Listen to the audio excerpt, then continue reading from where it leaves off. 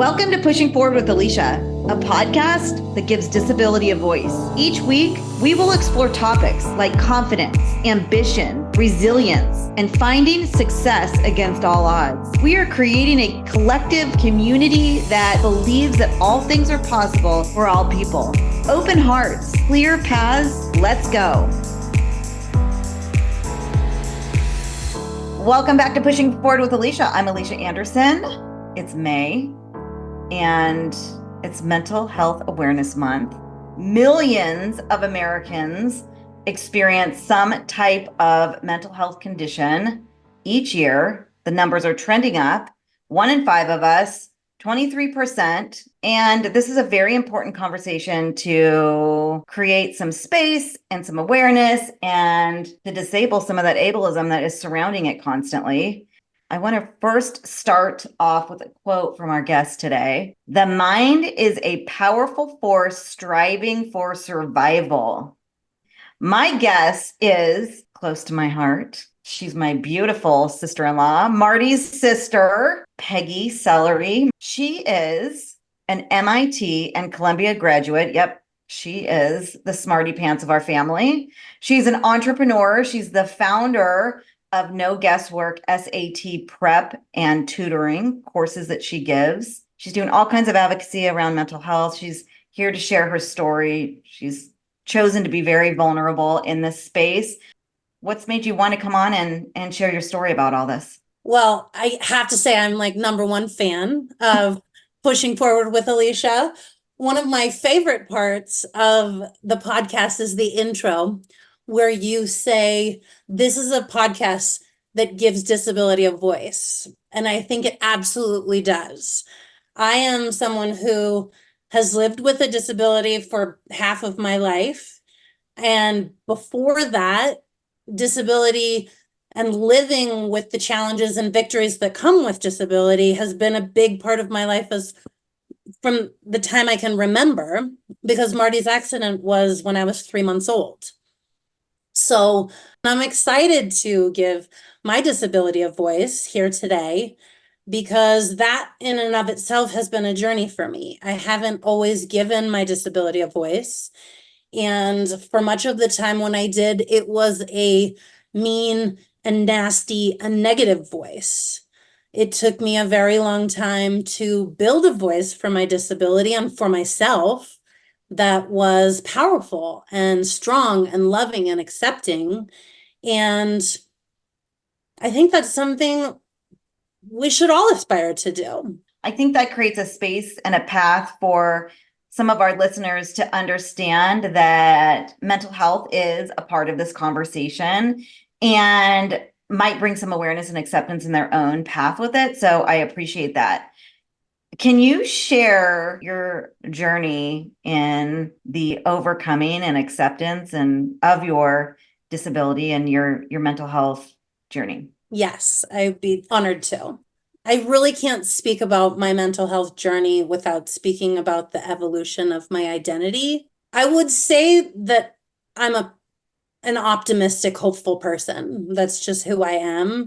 And for the first good chunk of my life, I didn't have any depression or anxiety, despite growing up in a family that had its fair share of tragedy and heartache and hardship. I think that probably speaks to the immense amount of love in our family. But I think it also speaks to just kind of my natural predisposition towards life. Growing up, I was the youngest of 9 kids. My first and foremost identity was youngest of 9. That's who I thought of myself as all growing up and well into my adulthood. I just thought of myself as this kind of tag along to the rest of my family, more of an observer watching it. Growing up, my mom was a single mom, and she had a lot on her plate. Beyond just taking care of 9 kids by herself, she had 2 disabled kids who required a lot of time and medical attention. And so I just kind of got used to just being quiet and observing, like I said.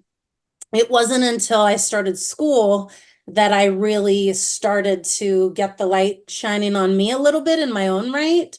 School was just always very naturally easy to me. And once I started bringing home all of these straight A's and 99th percentiles on standardized tests, it was suddenly not just Peggy Ann, youngest of nine, it was Peggy Ann, like 4.0 student. And I think my family pinned a lot of hopes and expectations on me because we had hardship and heartache. And this was something that was exciting. And like, look at Peggy Ann, she's going to be such a wild success. And there's nothing wrong with like wanting great things for me, but I think I internalized a lot of those expectations. And I unknowingly at first put a lot of pressure on myself. Long story short, I ended up, when I finally went to college, I went to MIT and I kind of had my first shift in everything when I went to study abroad my junior year, second semester junior year of college. It was the first time I didn't really have any pressure to perform. There were no expectations of me. I just kind of traveled around Europe on my Eurail pass and took sculpture classes and wrote. I wrote and wrote and wrote. I've always been a writer, and it was the first time I could really tap into that side, that creative side of myself. So I came home from Italy and started senior year, and that is when I would say the real change started to happen in me. I was watching all of my friends line up these very fancy jobs, and I started to get this sort of anxiety and fear that I had never experienced before, that, oh my gosh, I'm not going to get into med school. Looking back, it was not a very rational fear because I had great grades and great test scores and I would have gotten into med school. But in my mind, I was like, I can't live up to these expectations. And I moved home. Within a couple days, I broke out in full body hives. Just the pressure that I was putting on myself and this crisis of identity, that this person I was expecting myself to be, I can't be that person. And what do I do? And so I spiraled down a little bit at that point until I grasped onto this idea. I've always wanted to write a book about my family. I'm going to apply to writing school. And I got into Columbia, the MFA program for nonfiction creative writing. And I went to New York in 2000, basically planning on writing a New York Times bestseller, making my family famous, making like our story validated in the world. And that was just another form of pressure that I put upon myself. And it was another set of expectations that I eventually came to find out I couldn't really realize in that space and time. That time period after I left New York and was working on my thesis, that's when I started tutoring just as kind of a side gig. But that span of about 10 years, I really suffered greatly with depression. And eventually the mania started. The mind is a powerful force that's striving for survival, we said, right? I think that my mind was dealing with the pressure and the anxiety and this sense of danger to myself that I couldn't live up. And my mind just sort of immobilized. That's actually a psychology theory called the polyvagal theory, that depression isn't actually like a failure of normal functioning. It's actually like a very important defense mechanism for the mind to deal with this perceived danger by just sort of immobilizing. And I immobilized for a very long time. And the mania, I think, was also a defense mechanism for me because the depression was this period of extreme hopelessness and worthlessness. And mania is the opposite of that, exact opposite. It's like hyper hopefulness and hyper excitement and feeling invincible, like you can do anything. And I think my mind needed to overcorrect from this deep depression that I was in for years and years. And once that door opened with the mania, it's sort of like kept opening. How does that show up? It just showed up at first in strange ways. I ran for president against Barack Obama in 2008. I believed that I was going to like help the world. And it was, looking back, like an odd, weird thing. Everybody around me knew it was an odd, weird thing. But when you're manic, it's like that, it makes complete sense. It's when you come down from the mania that you start to deal with the ramifications of your behavior and your like relationships with people. It's a strange thing to live the rest of your life knowing that these moments of hypomania and mania can pop up. And this is actually one of the misconceptions I'd like to address with the difference between hypomania and mania. So if we think about the human experience as a pendulum swinging, we all have highs, happy times. We all have lows, sad times. That's not unusual to be that's like what happens when you're a human, right? When you have bipolar disorder, though, that swinging pendulum going back and forth between happy and sad, it has a wider swing. So your sad times are clinically depressive times, and your happy times are clinically manic times. But there's a time before you get to that clinically manic time when you're going past the normal range of happy into what's called hypomania. It's like a baby mania. It's not like you're off the rails. It's not like you're running for president. It's not like you're crazy. It's a time when you're just needing less sleep. You're feeling more naturally energized. You're feeling naturally hopeful and creative. And for me, those times when I'm hypomanic are really the times when I actually feel like myself. I'm kind of in a sweet spot where I feel great and I feel productive and I feel powerful. And in my life, I've had people think that I'm manic because I'm hypomanic. And it's an unhelpful, unproductive interpretation of the state that I'm in when people look at me that way. You're listening to Pushing Forward with Alycia. We will be right back.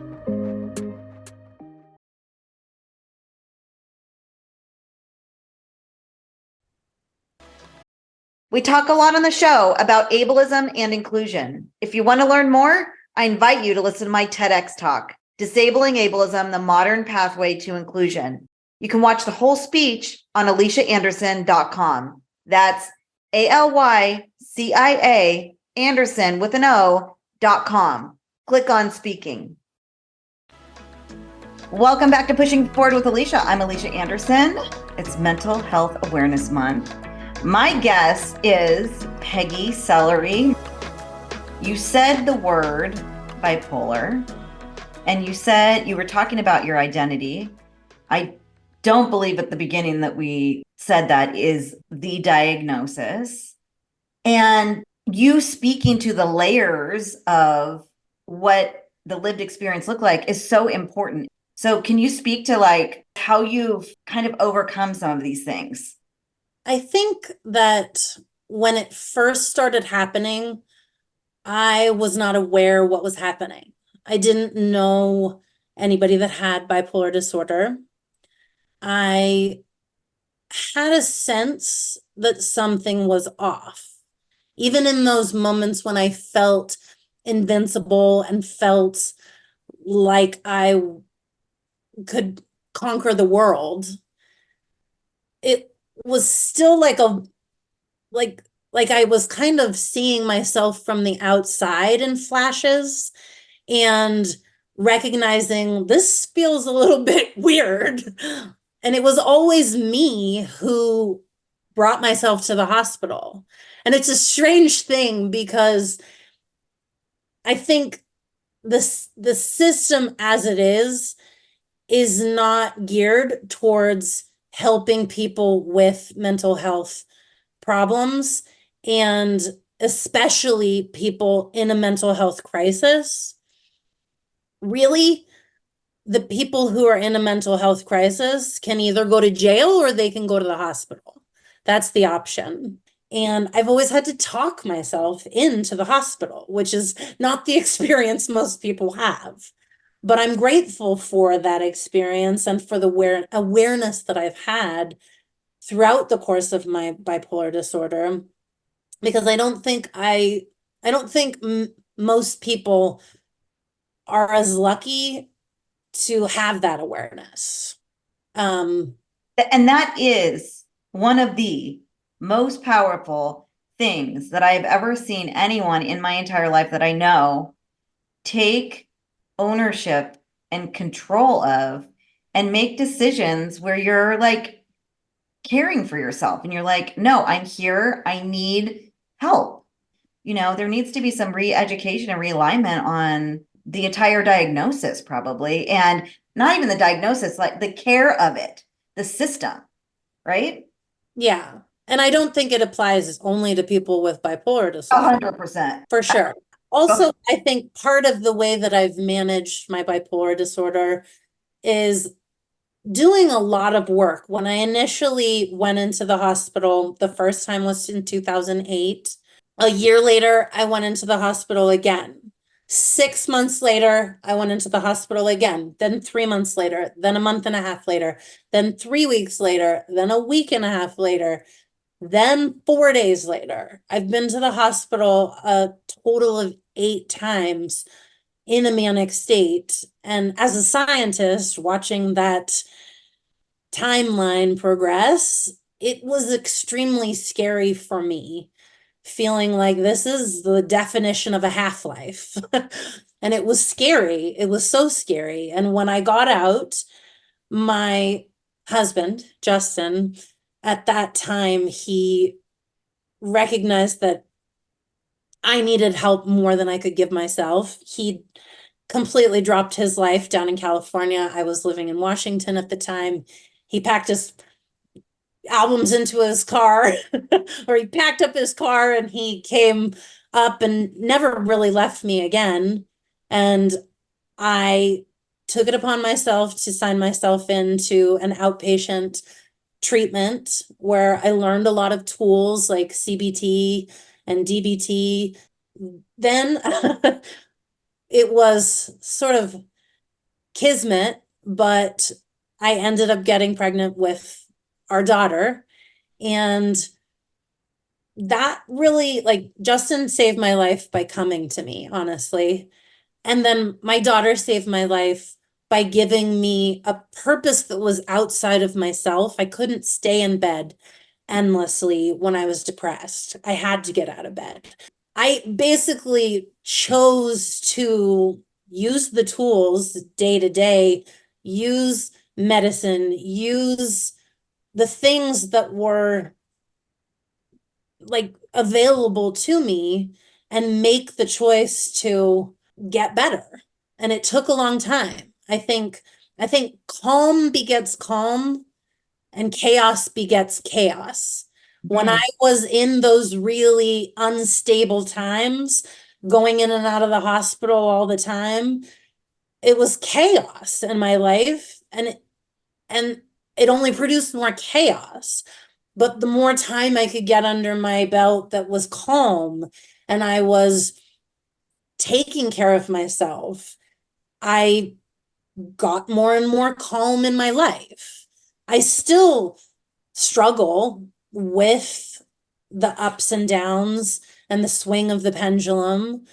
I have been managing my bipolar disorder for 23 years, and I'm 47 now.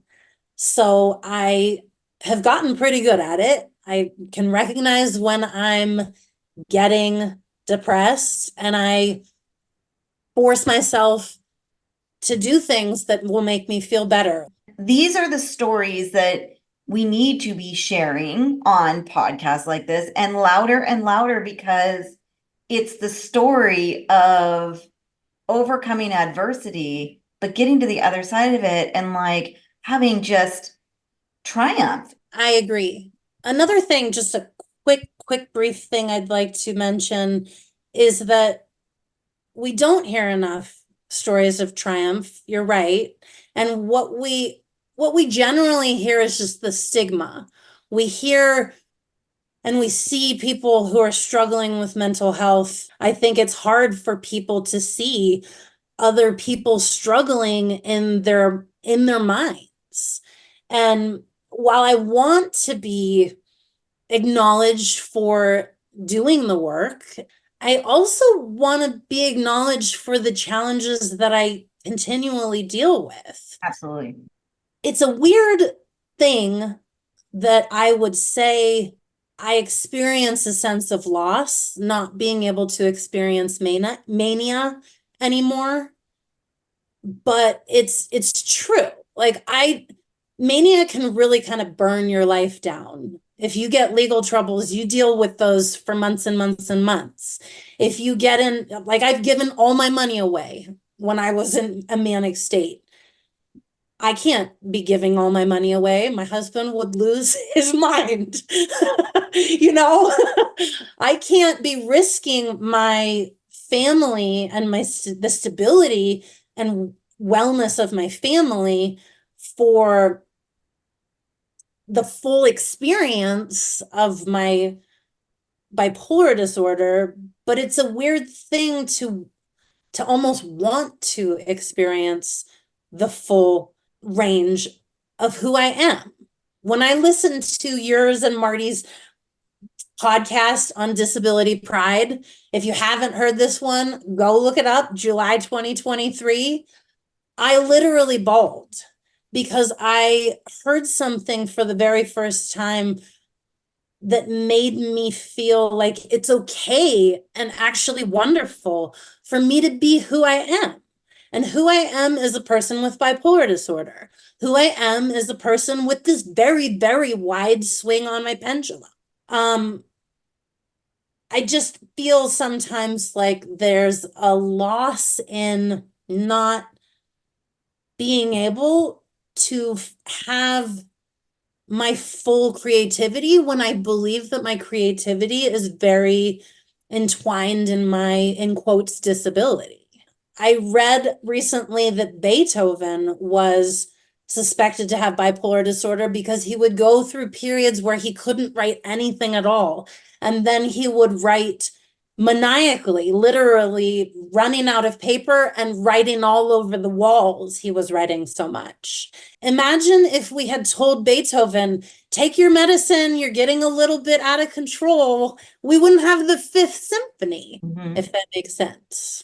It absolutely makes sense. And I think that it's really beautiful that you're claiming all of those layers of identity and lifting them up into a powerful place that literally is not built for us. And I think that you've done a really, really, really good job of managing the pendulum on both ends, and you are creative. And speaking of creativity, I want to end this podcast with your program that you are implementing in May now, called Let's See Love Today. I came up with the idea for this initiative, Let's See Love Today, this fall.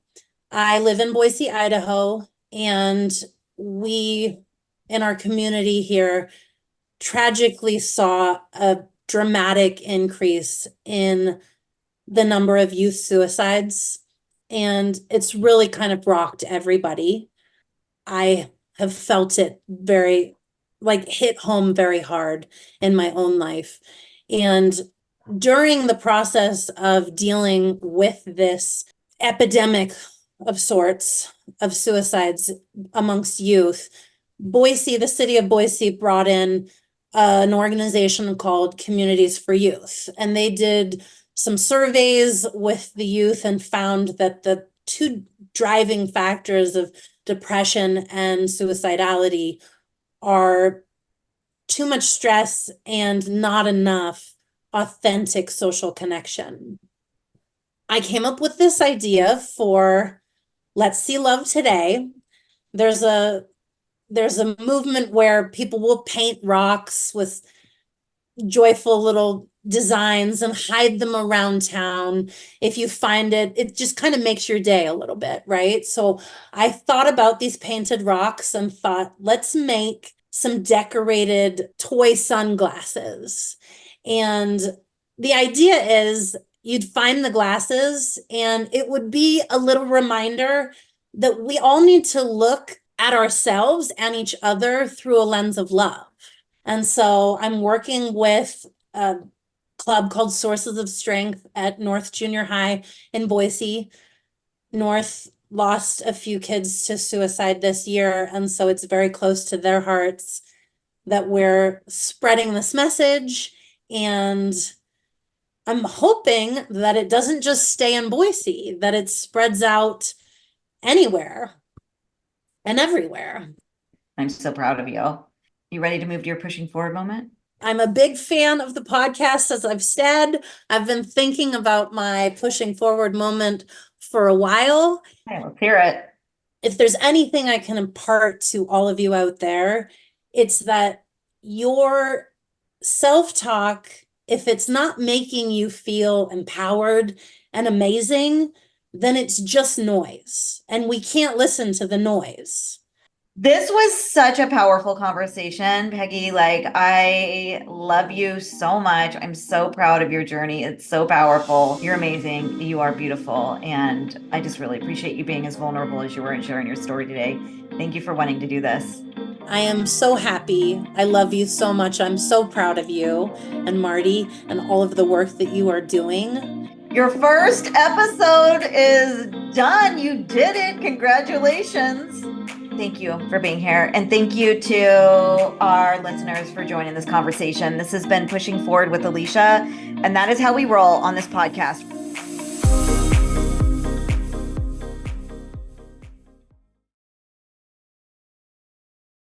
If you're an employer who would like to learn more about disability inclusion in the workplace, lessons on ableism, and how accessibility can drive innovation in your company, please check out my micro training series at AlyciaAnderson.com. That's ALYCIA Anderson with an O.com. Click on micro learning.